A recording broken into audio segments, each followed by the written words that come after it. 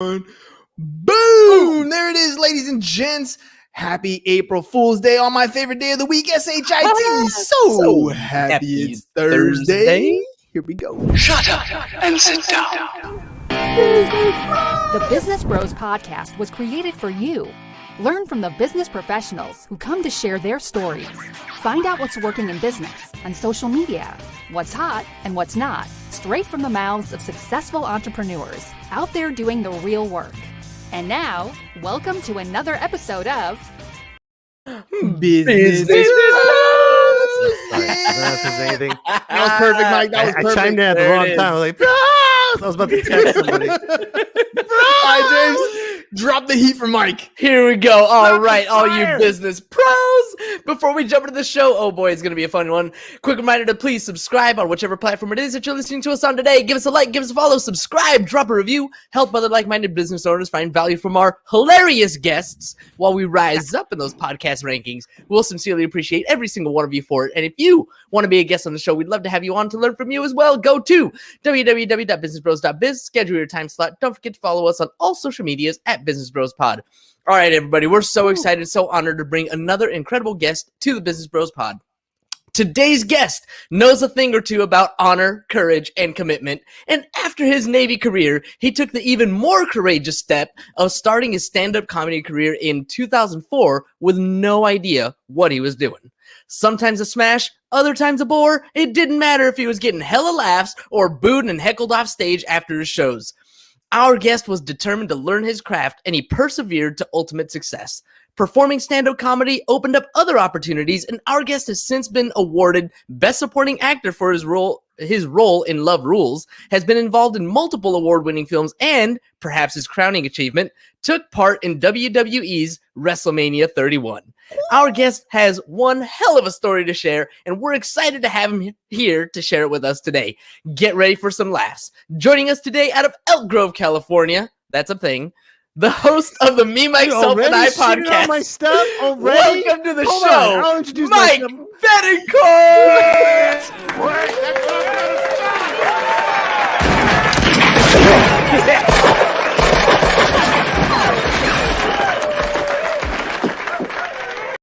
Oh, that was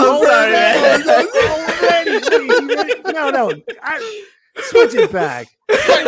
I want to look at this guy. Turn the fire back on for Mike. Turn the fire back on for Mike. You turn the microphone. We like to have fun. We like to have fun. I don't know where Elk Grove is. Nothing. It's somewhere That's in bad for California. business. You're a business bro. It's up there somewhere. It's up there.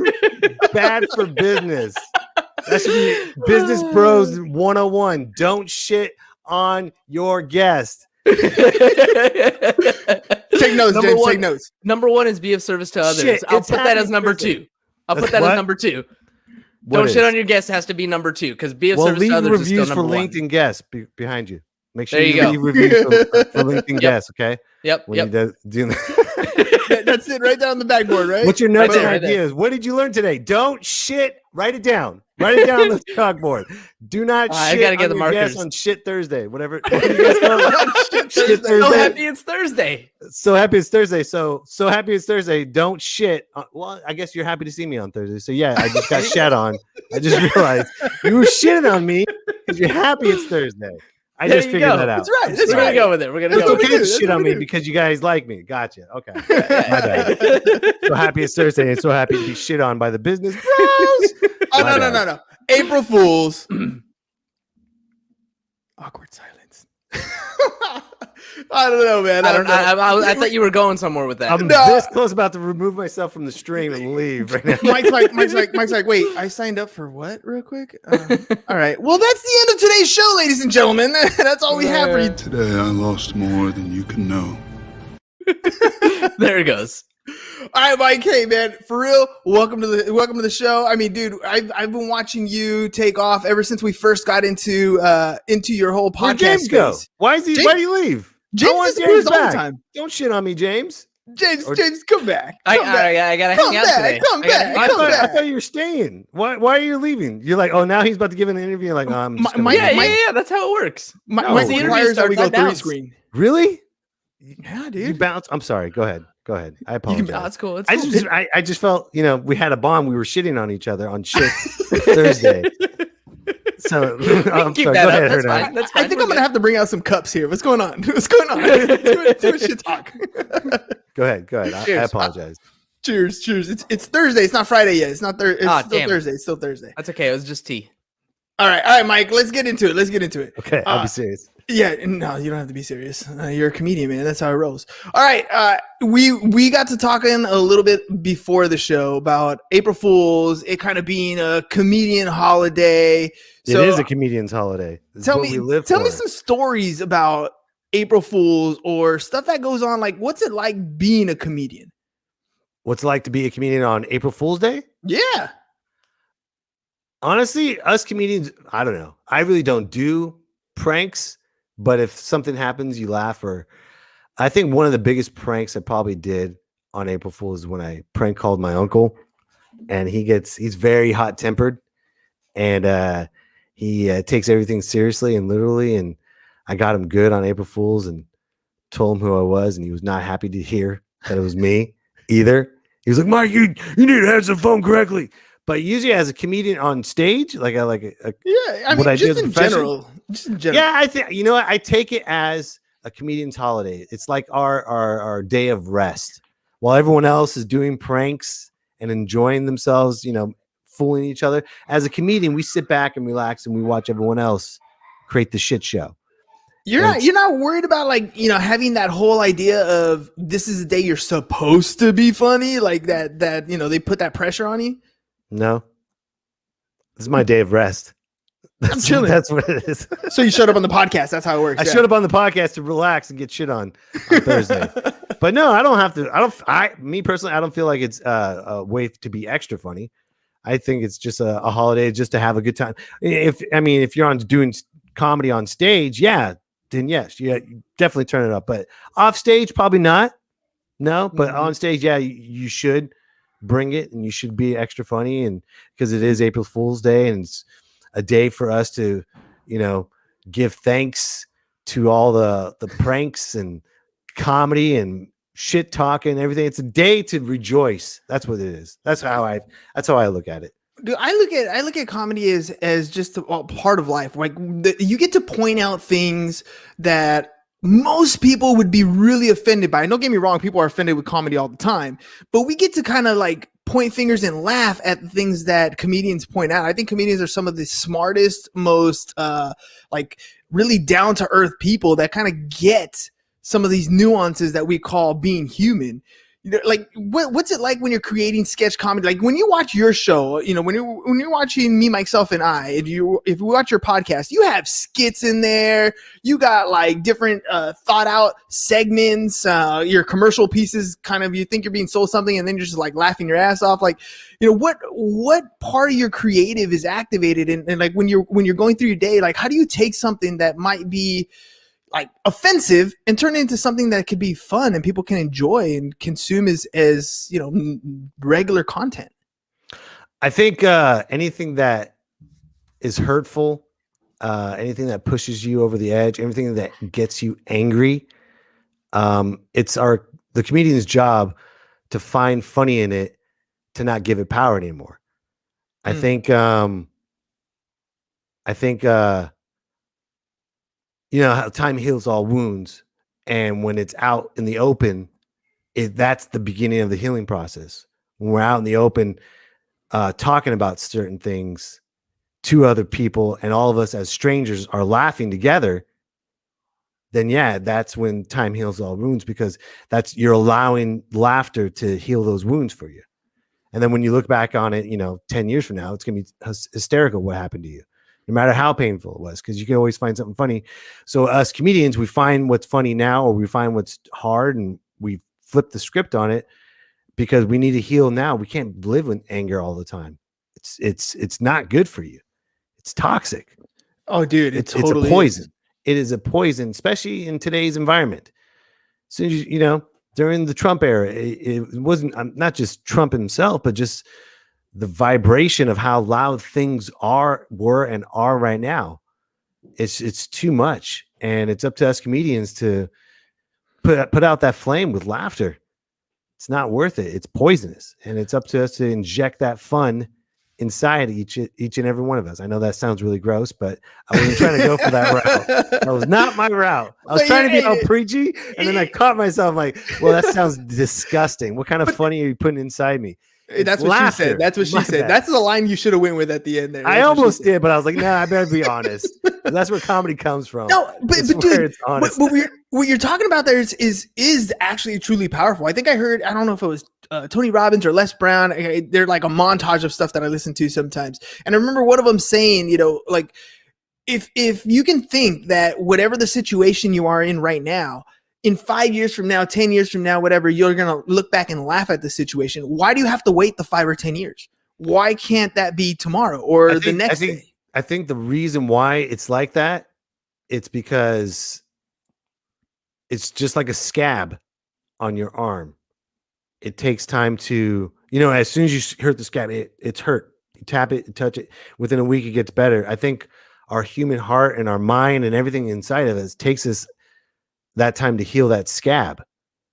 But while you're going through that healing process, might as well laugh along the way with someone pointing out other funny stuff while you're healing internally. I think that's the reason why laughter's here. We all have scabs, we all have cuts, we all have bruises, we all have ups, we all have downs. You know, I make myself laugh. I enjoy making myself laugh, especially with being home, just writing stuff. But when I watch other comedians laugh, or when I watch something funny on TV, I mean, can you actually be sad if you watch Jim Carrey's Liar Liar? No, dude, you can't. The guy's freaking hilarious. Can you actually be down in the dumps watching Jim Carrey's Liar Liar? Notice I didn't say Ace Ventura or Dumb and Liar Liar is the highest underrated Jim Carrey film. Dude, I think it was freaking hilarious. I love, everyone loved, but still on that pedestal, when everyone thinks of Jim Carrey, it's always Ace Ventura, number one. That's because that was kind of like more of his breakthrough stuff. Like that's where he started to make a name for himself. Right. Okay. You know, I mean, yeah, in Living Color, but that was the first time he stepped into that big screen. But watching Jim Carrey and watching Liar Liar, you're enjoying his pain because he's dealing with a process that we've all been through. Mm-hmm. You're enjoying his pain. You're enjoying what he's doing because it's not really affecting you, but it is because you've been there. That's why you can relate to it. Hey, Mike. Should we call James out? Because I know there's a scene he can do. James, take a deep breath, dude. Could take a deep breath and come on here. He's going to do the speeding one? He's going to do the speeding one. Here it goes. I sped. I followed you closely. I almost hit a Chevy. I sped some more. I failed to yield at a crosswalk. I changed lanes at the intersection. Changed lanes without signaling while running a red light and speeding. All right. Nice. Is that all? Is that all? No. I have unpaid parking tickets. Be gentle. Oh, that is a great movie. There really is. You know who's really funny in Liar Liar is the stepdad. Hey, creep. That guy. Here comes the claw. Oh, dude, he's completely opposite of Jim Carrey, and I think that's what makes him 10 times funnier. Dude, you look at the underlayer of who he is as his character and how deep, dark his character goes compared to Jim Carrey, because Jim Carrey is very animated, likable, lovable. He went on this bland version of him, but he had to go deeper. Like, so what's completely opposite of funny? That bland darkness. And you know, his character in that movie is bland darkness, but I mean, he's usually a pretty funny guy, like him himself. No, he is, but his character, what's his name? Gosh, I can't remember the stepdad's name. James will look it up and let me know. James, can you look it up, please? Find out. Sure. I know Carrie Elwes, but what's his character's name? I can't remember. Anyways, but if you look in his eyes, you could see like there's nothing there. You really observe Liar Liar, you can see he's hiding something. There's something that he's hiding. What's that? Jerry. That's right. Jerry. Yeah, that's right. That's just creep. Something ugly people say. Hey, creep. Nah, dude. Well, let's move into that. God, it's Fletcher. Quit breaking the law, asshole. That's the best line right there. Favorite movie quote. Yep. He of all just time. screams it right So there, dude. Yep. But that's My personal favorite is his rant in the conference room. On the Oh, conference. God. In the conference room. when he He's a pedantic, pontificating, pretentious bastard, a belligerent old fart, a worthless steaming pile of cow dung, figuratively speaking. and then they're all laughing. James is old. Simmons is old. Oh yeah, Simmons is old. He should have been out of the game years ago, but he can't stay home because he hates his wife. You've seen her at the Christmas parties. She's the one who gets plastered and calls him a retard. Can't say that anymore. It's I know 2021. you can't say that anymore. Can't say that word, but you know, I'm quoting a movie. I think it's okay. It's true. I think it's okay. Yeah. Mike- As soon as I said it, I was like, oh shit, I'm not allowed to say that. Oops. Oh well. And You know, we'll I didn't edit do that part out. quote. You know, Yeah. I'm calling myself because out. I care about my fans. Mike, what's he's gonna go back to that, dude. He'll never live it down, dude. It's stuck. all man. the ones in Elk Grove. Yeah, All yeah, the ones in Elk exactly. Grove. That's all right, man. Mike, what's it take to become a paid comedian or a paid actor? Like to step into that limelight. Like it's one thing to be funny amongst your friends, to do it, you know, at open mics, but it's a whole different level to get paid for it. Don't think about the money first when you're doing stand-up comedy. Stand-up comedy is not the get rich quick business model that everyone. I mean, you can sell shirts, you can make this, you can do that, but to be funny on cue and be funny on stage, it takes life experience, it takes pain, and it takes a lot of failure. And if you realize that it's not about the money, because it's not. To be a stand-up comedian, it's about the art form. It's about the art of making people laugh. It's about the ability to connect with people. There's no price tag on that. There's no get rich, conveyor belt of how to pyramid scheme to the top. Either you have it or you don't. And if you have it, how do you figure out to relate to strangers? It takes time. It takes years. It takes times going on the road. It takes a lot of practice in front of open mics and just get on stage as much as you can. And then people will start noticing that you're funny and they'll start giving you spots. I'll give you this spot for this much money. And then you start becoming popular with that and your comedy. Then you start taking that to the comedy clubs and then it just starts blossoming and growing. Then you can take the business model and pursue it, because the thread of what you're pushing, the business, is comedy. If the product of comedy isn't funny, why are you producing yourself as a comedian if the product doesn't work? So is that why you started getting into the podcast space, to kind of get more practice and build that business side and start kind of getting more exposure in that space? Yes. First of all, I like how you switch them. That's such a cool thing how you doing that, by the way. I never do that. I always put my my guests on one side and then I feel like, but this is such a nice thing that you're doing. I'm so selfish. That's why I named my show after me. That's how selfish I am. No, I'm your huckleberry.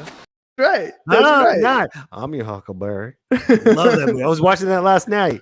Dude, it's on Love that HBO movie. Max right now. So I like, a love lot that of people movie. get access to it. Great movie. And I don't know how many times, Go millions ahead. of times. Skin that smoke wagon and see what happens. I said, throw down, boy. You tell him I'm coming and hell's coming with me. You hear? Hell's coming with me. Man. I'll do that with Sam Elliott. There he goes. Oh, White. I know that smug anywhere. I'm not telling you can't own a gun. I say you can't own a gun in town. Yeah.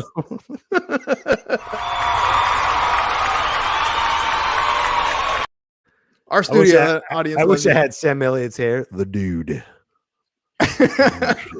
Sam Elliott plays Sam Elliott in every single movie. Sam Dude. Elliott plays Sam Elliott as Sam Elliott. Yeah, he does. Yes, Sam. I like your hair. Thank you. Thank you, dude. Of course. America's beer. Dude, okay, the guy's old now. I mean, he's been old since he's been popular, but I mean, dude, how much tail chases Sam Elliott? It's dude? the hair. hair. It's not hair. When he goes like this, yeah, and it just drapes down. Dude, it's just 40 years old with a full head of hair, and I can still dance like the best of them. Well, lady wouldn't take that. I have can't do no that. chance, man. I got Look no at chance. us. I got Look at this. nothing. Look at this, dude. Put that over your eye. Look how stupid we look. I bet you Sam Elliott will look amazing, dude. You're like the Filipino Jordan. I'm sorry, you're the Jordy the Forge. And I'm Baldy, Puerto Rican in the Forge. Look at that, dude. Look how terrible we look. Sam Elliott put that off. If Sam Elliott put that down like that, he'll still be like, check this out. What do you say? Women would love that. Oh, dude. Gave it a 10. A 10. Fucking 10. Dude, well, okay, so even in that whole space, I mean, there's a lot of people who've made it into that space, and it wasn't like their first job. You look at like Samuel L. Jackson's or the Morgan Freemans or the Sam Elliott's, like it's not in their youth that they make it. So when you're telling me about, you know, being a comedian is taking many years, life experience to get into that space, I'm reminded of like Kevin Hart's interview with Joe Rogan, and he talks about like it took him years, like 2-3 years to develop a set that was like TV worthy. Like, is that what you're saying? Like, it's just a process? It is a process. It is going to, because what's funny in Elk Grove, according to James, of what he said, funny here with the yokels may not be funny to people in San Diego, or what's funny in San Diego is not funny in people in LA. Well, you know, you have to go all over to find out what is funny, or if you can figure out what's funny to everybody, then you can say the exact same thing in San Diego, Elk Grove, New York, Oklahoma, and still connect with them. It's not what you say, it's how you say it. So how do you say it? Well, that's the fun part. How do you bring up certain topics to make, you know, a Trump supporter love you when you're talking shit about Trump? How can you make that person laugh? Or how can you take it to the extreme? It's comedy. And what's comedy is you. And how do you figure that out? Well, you got to go and do your reps. You got to go outside. You got to go and fail as much as you can. Because Dude, you're selling yourself. Like every time you hop on stage, you're selling yourself. And every time you hop on stage and you drop a line, like I did at the very beginning, talking about April Fools, and nobody says anything.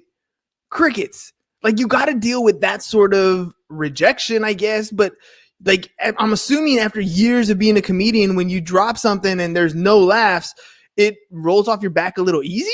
Or how does that feel? It's always surprising. It's always a surprise. Anything on stage is always a surprise, because what if one night, or let's say you're doing a 2-week run, and every single night you are destroying, just every single night.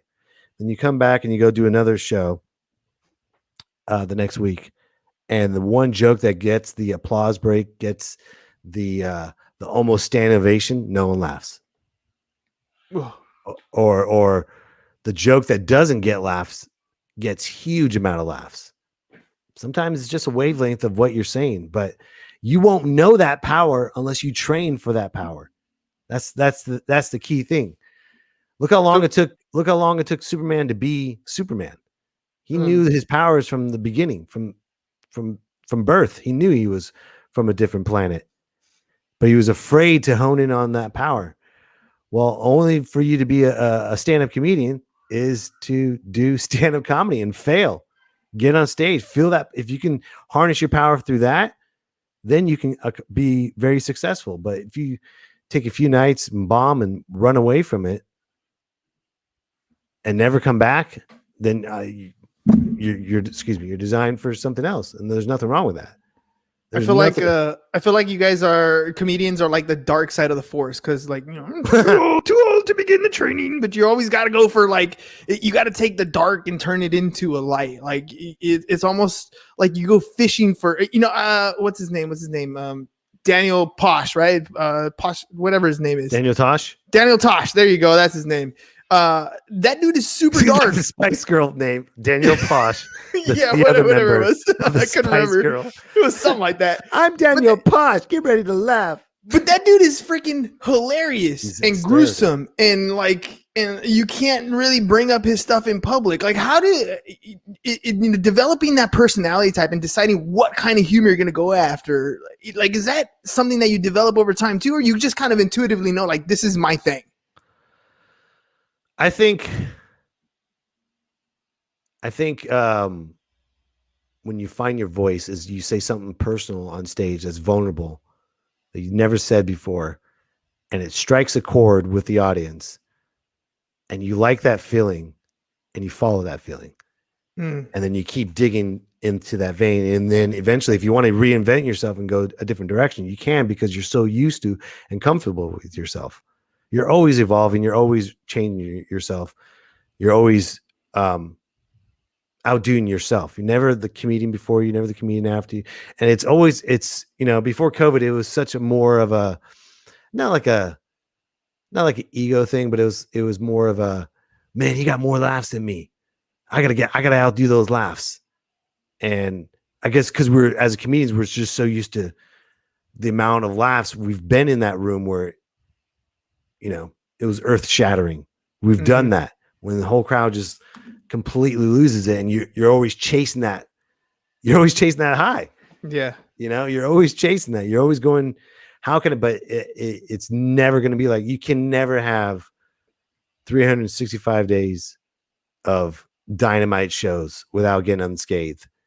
It's just comedy bites back, and you got to figure out how you got to trust yourself. That's the main thing.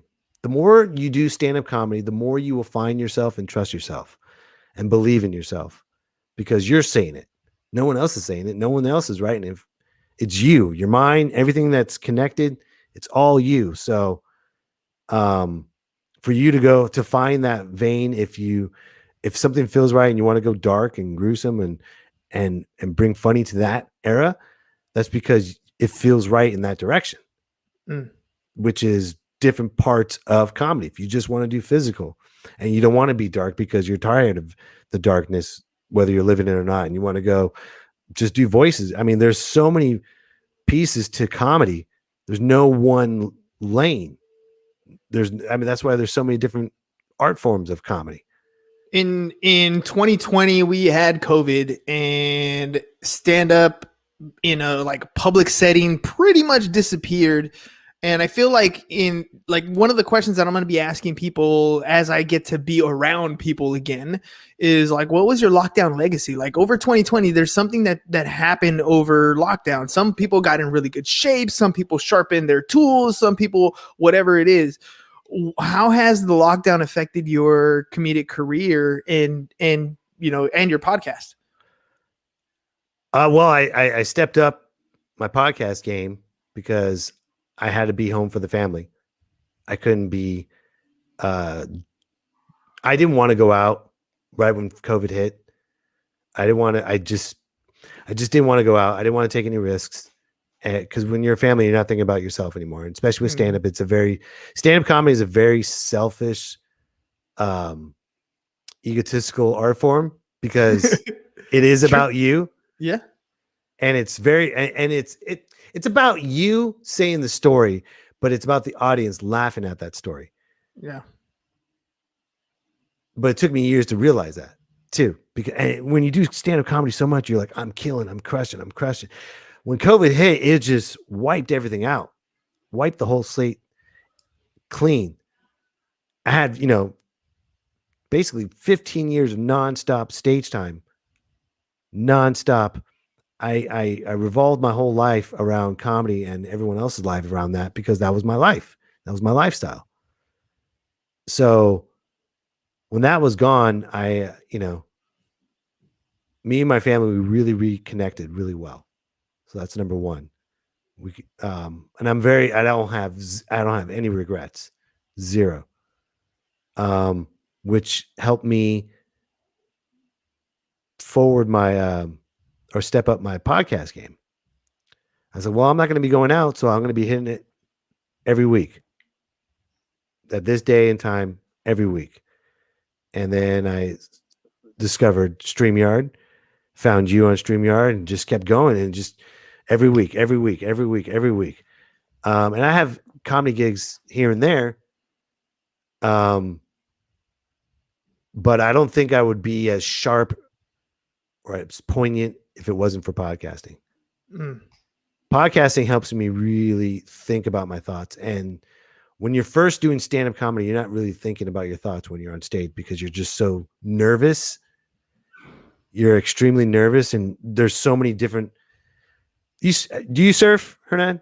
No, man. I used to boogie board when I was in junior high school, but that's about it. When you boogie board and the waves are still crashing down on you, when you first did it, what did it feel like before you had control? Like free falling almost. Like you're just going for a ride and you don't know what's going to happen. Okay. That's exactly what stand-up comedy is. It's this tidal wave of emotions crashing down on you, and you're on this little boogie board for the very first time, not knowing what to do. Okay. With time and thinking things through clearly. And yes, you're supposed to study, and yes, you're supposed to observe yourself and be self-aware and take out the words that don't need to be taken out. But for some reason, podcasting for me helped me to think and gather my thoughts and not worry about, is this funny yet? And not worry about, is this glass going to shatter on my punchline? I mean, there's so many different things. And that has helped me to speak clearer on stage and think and power through those certain things. If a glass shatters or someone heckles, or sometimes if there was hecklers before podcasting, there was hecklers, I would just go right to them and say things at them. But because of podcasting helped me just to talk it out, talk louder, and just go faster and speed up the process. And you can have so many different range with podcasting, and it's very intimate. It's very, it brings people closer together. So on top with podcasting and stand-up comedy, when you bring what I've taught myself from podcasting to the stage, it's definitely made me a better comedian. Dude, I can't believe 30 minutes just like flies by here. Like I've had so much fun. I don't think I've laughed on a podcast quite as much. We're just getting started, dude. I know, and we're just getting. How much time do we have left? How much time do we have left? We were supposed to do like 10 minutes, right? Yeah, we're supposed to do like 10 minutes at a time. Damn, I'm sorry. First 10 minutes was James ragging on Elk Grove. Remember that? Yeah, he's never gonna live down Elk Grove. It's fine. It's fine. It's Elk Grove anyway. Where is that again? He has the beard to say that too. You've noticed that he's got the boy band beard to talk shit about Elk Grove. That's one thing right there. He's never been called a boy band one. That was usually I can what see I the boy got. band. Right? I can see it. I guess I could see it. Okay. It's the full head of hair. It's the jealousy that we have for that full head of hair. That's what's going on there, right, Ham? No, I don't hate on people's hair. Thanks, Grandpa. I don't hate on his hair. Oh, I don't hate. I was just. But he's got the boy. envious. Look, I can't get that. He's got the. Do it. You are my fire, the one. Come on, James. Desire, believe. Come on. When I say I want it that way. Tell me why. There we go. Definitely not my karaoke song, but it's fine. No, Yeah, James, he's a you had country fun. boy. I had fun, James. This was awesome. It was dude. good. Oh, That's wait. We forgot. We got to let Mike, you got to let people know how they can find your podcast and how they can get a gram. You want to? Hey, you guys want a gram? Follow me on Instagram at Mike B Comedy. You can follow me on Facebook at Mike B Comedy, and that's where my podcast airs every Thursday at 8 p.m. Called Me, Myself, and I. Eastern time. I'm sorry. Pacific time, Eastern time. I was like, what the hell? Eastern time. You don't know where Elk Grove is either. No, apparently. Yeah, It just it's threw me north. off because I didn't even say the In time. that Did I say 8 o'clock little yet? place between LA and the Bay Area, right? Yeah, Is that what he said? Eastern time. Yeah, the little, you know, this is the rest of the world. This is not my world. Right there. You know what? When I move to San Diego, if I ever move to San Diego, I'll probably think the same thing. I'm like, fuck everything else. People People are nice here. Wow. Hello, San Pretty good. Diego. It's pretty wonderful. Yeah. Yeah, I've we're a never heard community of- anyone complain about San Diego. No, Never. we're a community of transplants, dude. Everybody hears from somewhere else. Nobody hears from San Diego. So who's True. originally from? Where you guys? James, where are you originally from then? Born in I LA. guess we were born in LA, but came here So when I you was definitely 5 left years San old. Diego. You left Came LA. here when I was 5 years old. You Yeah, go to yeah, San exactly. Diego. Smells like whale's vagina. There you go. See? Little Anchorman reference. Little There you go. There you Anchorman. go. Little Anchorman. Didn't see that coming. 60% of the time, it works every time. There you Oh, go. that's money. That's awesome. See, that's why we're friends, because we think alike, right there. That's dude, and plus all this. It's so funny because you talk a lot about different references. You went with Liar Liar, so you already had movie references. Some of our favorite movies. Before we even got on the show, you were watching some Undertaker and Shawn Michaels, right? Yes. Super dope. We spent some time in the WWF era, ladies and gentlemen. Just throwing that The out there. Attitude Era. Right? The Attitude With Era. Stone Cold Steve Austin. That's What? right. That's James, right. you come out here talking smack about Elk Grove. What? We got your little beady eyes locked onto the eyes of the world's funniest son of a bitch. And that's the bottom line. Cause Stone Cold. Because Stone Cold said so. You have to do like said so. All right, Mike, man. Hey, thanks for filling in with me, man. I threw it out there. You picked it up on the last minute. So thank you very much for coming on the show, dude. Really appreciate Thank you it. both. Thank you guys for having me. I really appreciate it. You guys do a phenomenal job on your show. And I always see you posting stuff and always see guests coming up. And I hope you guys blow up and become a household name, because without you guys, I wouldn't be where I'm at. So thank you both for pushing hard and making us little Elk Grovians better each day. Little Elk Grovians, dude. I love it. I love it. Grovians. Dude, that's going to be it. Anytime I go on your show, I'm going to do the hashtag Elk Grovians. Elk Grovians. There you go. Little Elk Grovians. Little Elk Grovians. Now it's going to become a metropolis, hopefully. No, but seriously, guys, thank you for everything that you've done with Business Bros. It means a lot. And I'm listening all the time, and I'm sure everyone else is too. And you guys definitely make an impact. So keep doing what you're doing. Thanks, Mike. Thanks. And keep making people laugh, dude. Hey, ladies and gents, I'm telling you, go check out Mike's stuff. It'll be on today. Today's SHIT day. We didn't only shit on him. It's literally the day that he does his show. So it'll be on at April 8 o'clock. Fool's Day. On April Fool's Day. It'll be on at 8 o'clock. Go check it out. I'm telling you, there's so many awesome ways to use StreamYard. We do it in a cool way. Mike does it his way, and his way is funny. So go check his stuff out tonight, 8 p.m. Check it out on his website, MikeBetancourt.com, or on the gram, right? On the gram, and go to my link tree in the bio, and you can find my Facebook and podcast from there. So, but go on the IG, get some grams, and then follow me on the gram. On the gram. All right, ladies and gents, we'll see you guys next time. You guys Peace. take care. And we're out.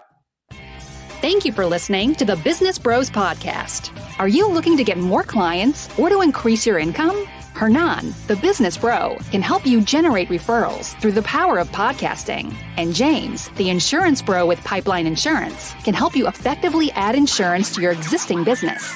If you are ready to create wealth today and generational wealth for tomorrow, email businessbros@csfirst.com to schedule a free consultation, or join the Business Bros Network, www.businessbros.biz.